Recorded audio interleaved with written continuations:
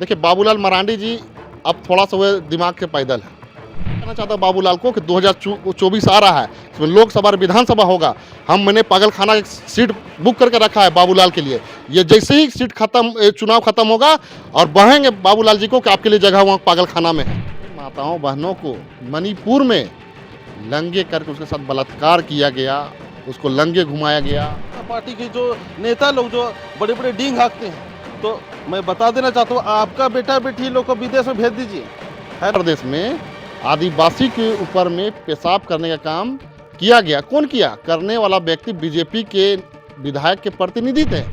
ये सिर्फ डिलिस्टिंग के नाम से आदिवासियों को बांटना चाहती है और आदिवासी को जो सरना आदिवासी है, जो प्योर है, उसको वोट लेना चाहती है। तो हरकत जो भारतीय जनता पार्टी के जो नेता ने किया, नेता गणों के द्वारा जो यहाँ पे कानूनों में संशोधन करने का काम किया गया, पूरे आदिवासी समाज से मैं एक आह्वान करना चाहता हूँ कि हमें आपस में लड़ना नहीं है, हमें अपने अधिकार के लिए लड़ना है तो सरकार से लड़ना है। जनता पार्टी जनजातीय महासम्मेलन कराने जा रही है। दूसरी तरफ जैक का जो इस वक्त जो फॉर्म आया है, उसमें से अन्य का एक कॉलम हुआ करता था, अदर का कॉलम हुआ करता था, उसको हटा दिया गया। अरे भाई, आप राष्ट्रपति बनाए हैं आदिवासी को, तो उनको अधिकार कितना दिए हैं? आप वहाँ ना उनको राम मंदिर में प्रवेश करने देते हैं, ना निमंत्रण देते हैं। बात को समझिए। राम मंदिर सिर्फ 10% है, इसीलिए वो डर से सिर्फ वोट बैंक को लेने के लिए एक राष्ट्रपति को सिर्फ वहाँ पर मुखौटा बना के बैठा दिया गया, पुतला बना के बैठा गया, एक रबड़ स्टाम्प की तरह। जोहार। वर्ष की शुरुआत होते ही भारतीय जनता पार्टी एक मुद्दा लेकर के आती है, डिलिस्टिंग का। पहले तो डिलिस्टिंग को समझते हैं, डिलिस्टिंग है क्या। वह समुदाय, वह व्यक्ति, वह परिवार जो किसी समुदाय से हट करके दूसरे समुदाय में जुड़ चुका है और आज भी वह समुदाय जिस समुदाय में पहले था, उस समुदाय के उन तमाम आरक्षणों का लाभ ले रहा है, वैसे लोगों को उस सूची से हटाना जो है डिलिस्टिंग है। यह कहीं ना कहीं डर पैदा करने को लेकर के जो है यह डिलिस्टिंग शब्द का उपचार किया गया है।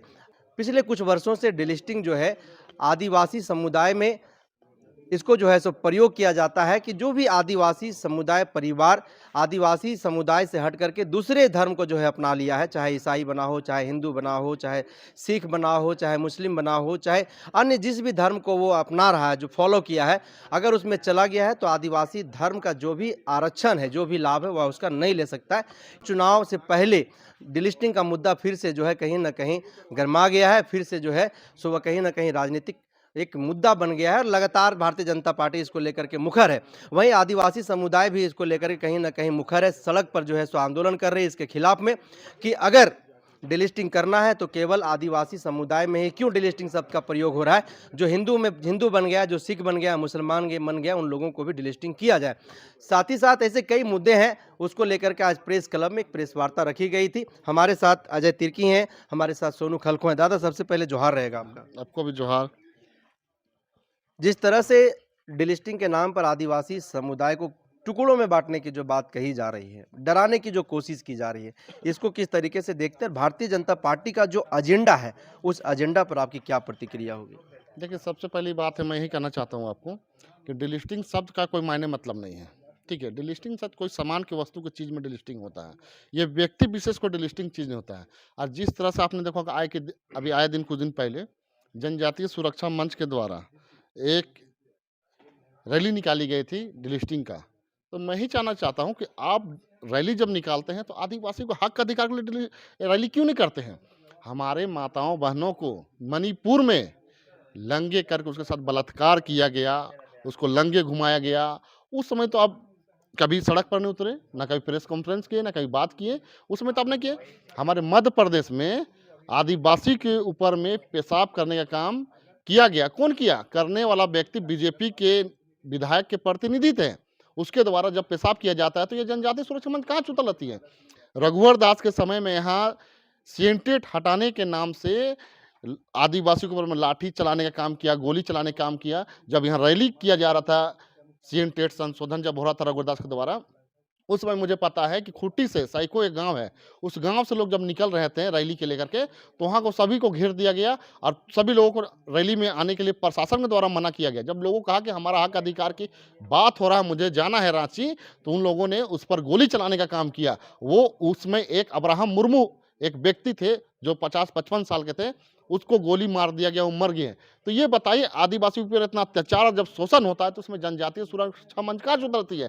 ये सिर्फ डिलिस्टिंग के नाम से आदिवासियों को बांटना चाहती है और आदिवासी को जो सरना आदिवासी है जो प्योर है उसको वोट लेना चाहती है। यही उसका मकसद है। मैं ही कहना चाहता हूँ कि आप अपने हक अधिकार के लिए पूरे आदिवासी समाज से मैं एक आह्वान करना चाहता हूँ कि हमें आपस में लड़ना नहीं है, हमें अपने अधिकार के लिए लड़ना है तो सरकार से लड़ना है।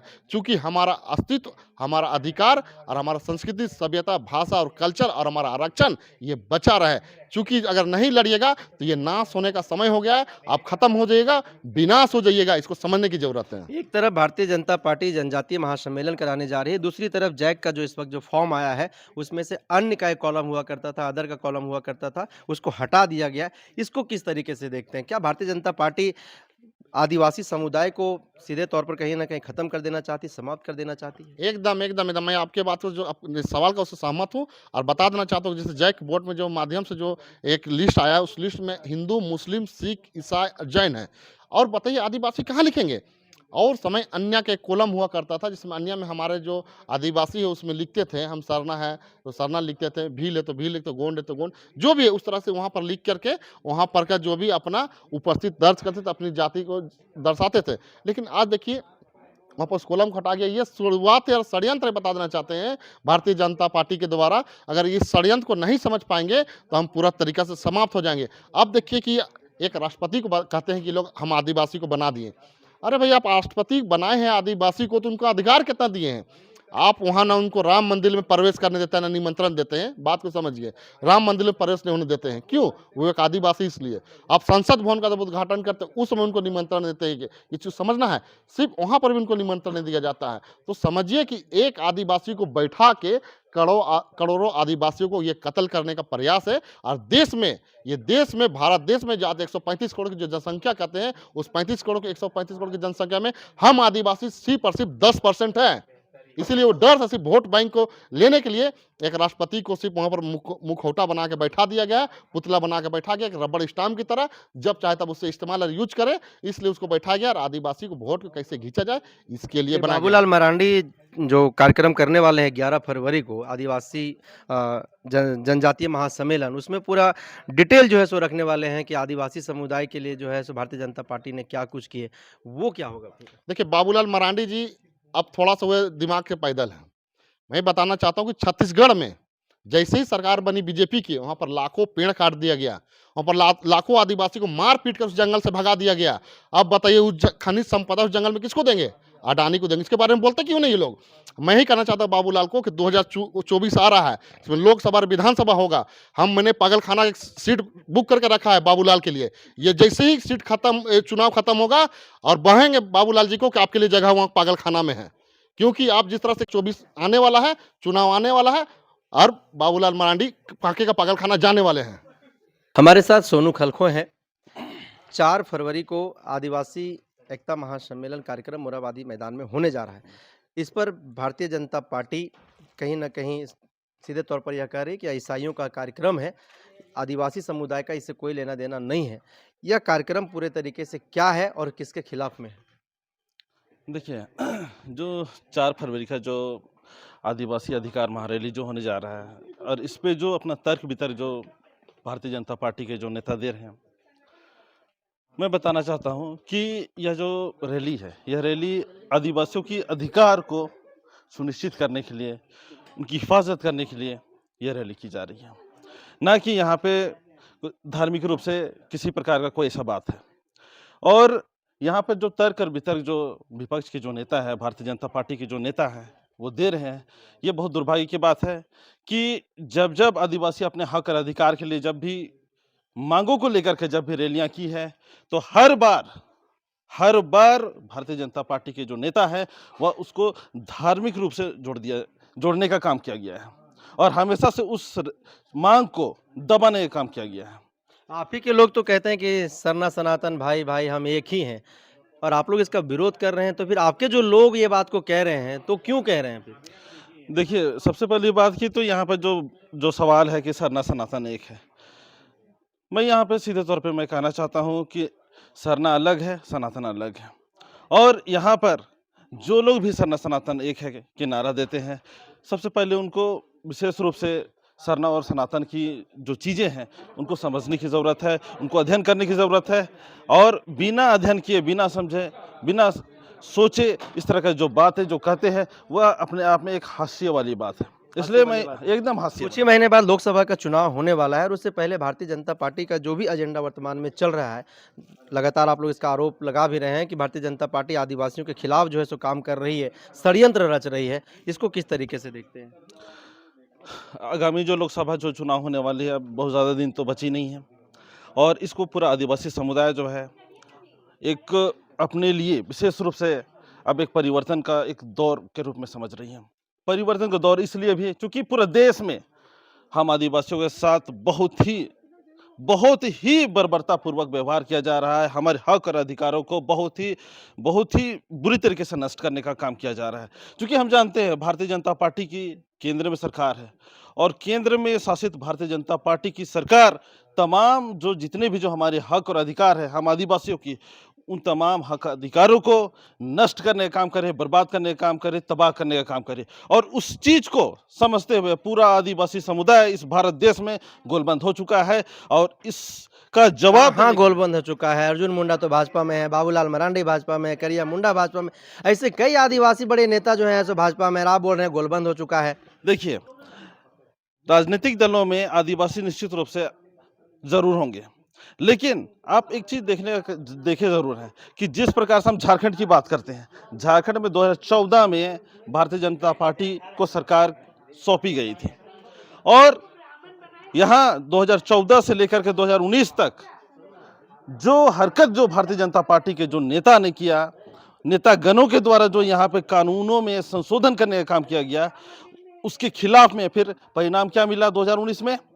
तो उसी प्रकार से उसी एग्जाम्पल के तहत उसको केंद्र में मिलने जा रहा है। बाकी उस दिन भी थे भारतीय जनता पार्टी में आदिवासी नेता लोग और आज भी है, लेकिन जवाब 2019 में मिला झारखंड में, तो उसी के तर्ज पर केंद्र में भी 2024 में मिलने जा रहा है। आप लोग आंदोलन कर रहे हैं, सीधे तौर पर जो है सो भाजपा को धमकाने का भी कोशिश कर रहे हैं और दूसरी तरफ जो है उधर जैक में इस बार तो आप लोगों का कॉलम को भी हटा दिया गया है। अब तो जाति प्रमाण पत्र, आवासीय प्रमाण पत्र, कोई भी फॉर्म भरिए आप, वहाँ पर तो आप है ही नहीं है। तब क्या करिएगा? करियर ही खत्म हो गया।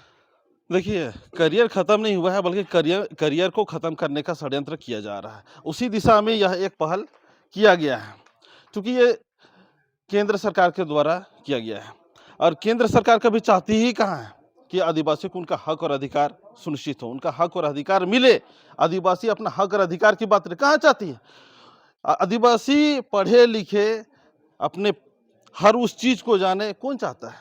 चाहता है क्या? कोई राजनीतिक दल नहीं चाहता है। अगर चाहता तो यह चीज कदम बढ़ाता ही नहीं। और रही बात कि भारतीय जनता पार्टी के जो नेता लोग जो बड़े बड़े डींग हाँकते हैं, तो मैं बता देना चाहता हूँ, आपका बेटा बेटी लोग को विदेश में भेज दीजिए, है ना, और आप भी साथ ही साथ विदेश में सेटल हो जाइए, वही बढ़िया है। और इस देश को आप छोड़ दीजिए, अब बंद करिए ये तमाशा, ये नेतागिरी आप बंद कर दीजिए। जाइए विदेश में, जाइए बेटा बेटी घर परिवार के साथ में बढ़िया सा रहिए, यही मैं कहना चाहता हूँ।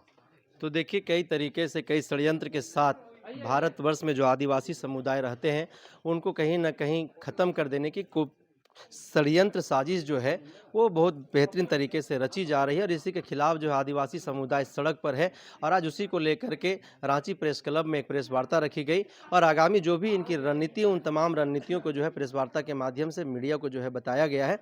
तो कहीं ना कहीं भारतीय जनता पार्टी के खिलाफ जो है सो अब आदिवासी समुदाय गोलबंद हो रही है और ख़ास करके जो डिलिस्टिंग का मुद्दा है और जैक में जो इस वक्त जो कॉलम हटाया गया है, उन तमाम चीज़ों को लेकर के आदिवासी समुदाय में घोर जो है कहीं ना कहीं आक्रोश है, गुस्सा है। वो सभी चीज़ें आपको देखने के लिए यहाँ पर मिला भी। तो लगातार ऐसे ही अन्य खबरों के लिए आप बने रहिए द जनसभा के साथ। जोहार।